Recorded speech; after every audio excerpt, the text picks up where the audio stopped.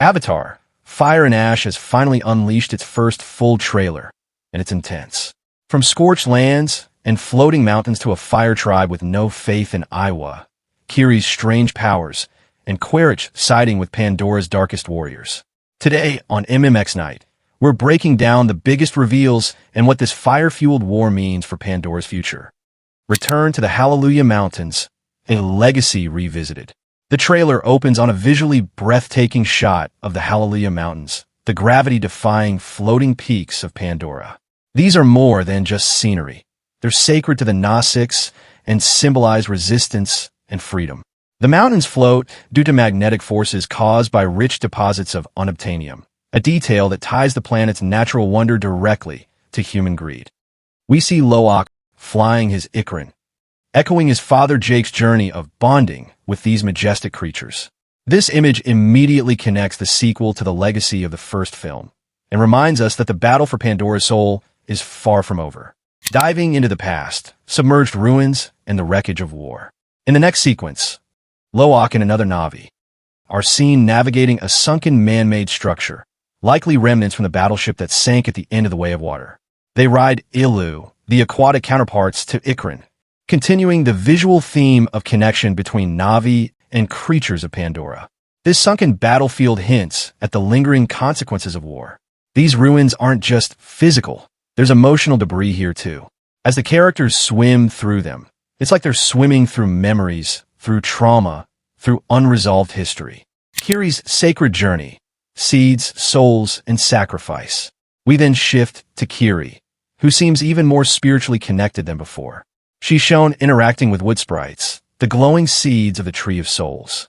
These have always been deeply symbolic, acting as a sign of Aiwa's presence. Their appearance here reinforces Kiri's role as a spiritual bridge between the living and the dead, between nature and rebirth. As we learn, Kiri is likely a reincarnation or spiritual continuation of Grace, born without clear biological explanation, yet carrying Grace's face, voice, and wisdom. She's seen held hostage later in the trailer, which symbolizes her being used as a pawn in the escalating conflict. Her connection to Aiwa makes her both precious and vulnerable in the eyes of opposing forces. The rise of fire, Quaritch's volcano march, and a dangerous alliance. Now comes a massive shift in tone as we witness Quaritch approaching a fiery, volcanic region. The visuals are stark. Ash fills the air, lava cracks through the ground, and the land looks scorched and dead. This is the territory of the Fire Tribe, a newly introduced Na'vi faction. What's shocking is that Quaritch isn't invading, he's negotiating. Arms raised and hands open, he approaches their camp, signaling a Faustian alliance. The Fire Tribe appears to distrust Aiwa and nature, possibly due to their harsh environment or deep-rooted cultural shifts. Their body paint, red and black, symbolizes rage, war, and opposition to the green of nature. This moment marks a turning point. The same villain from the past has now become a political manipulator, turning one Na'vi tribe against another. Ashes of the past, burned lands, and home trees ghost. A brief but haunting shot shows a desolate, lava-ravaged wasteland. The trees are gone, the land scorched, and there's a sense of mourning. One theory is that this may be what's left of the original home tree, the sacred site destroyed by humans in the first film. The symbolism is powerful. Where there was once spiritual unity, only ash remains. This could be literal fallout from human invasion or metaphoric decay caused by internal betrayal. Neytiri's pain over the death of her child and the loss of home, tree, now mirror the devastation of the planet. Dual paths, Spider and Kiri's complicated bond. The trailer spends time with Spider, the human child raised among the Na'vi. He's revealed to be Quaritch's biological son, but emotionally tied to Jake, Neytiri, and Kiri. His internal conflict represents the broader dualities in the film. Human versus Na'vi. Colonizer versus protector. Tech versus nature. Scenes show Spider and Kiri journeying together, even as Spider is drawn closer to Quaritch's influence.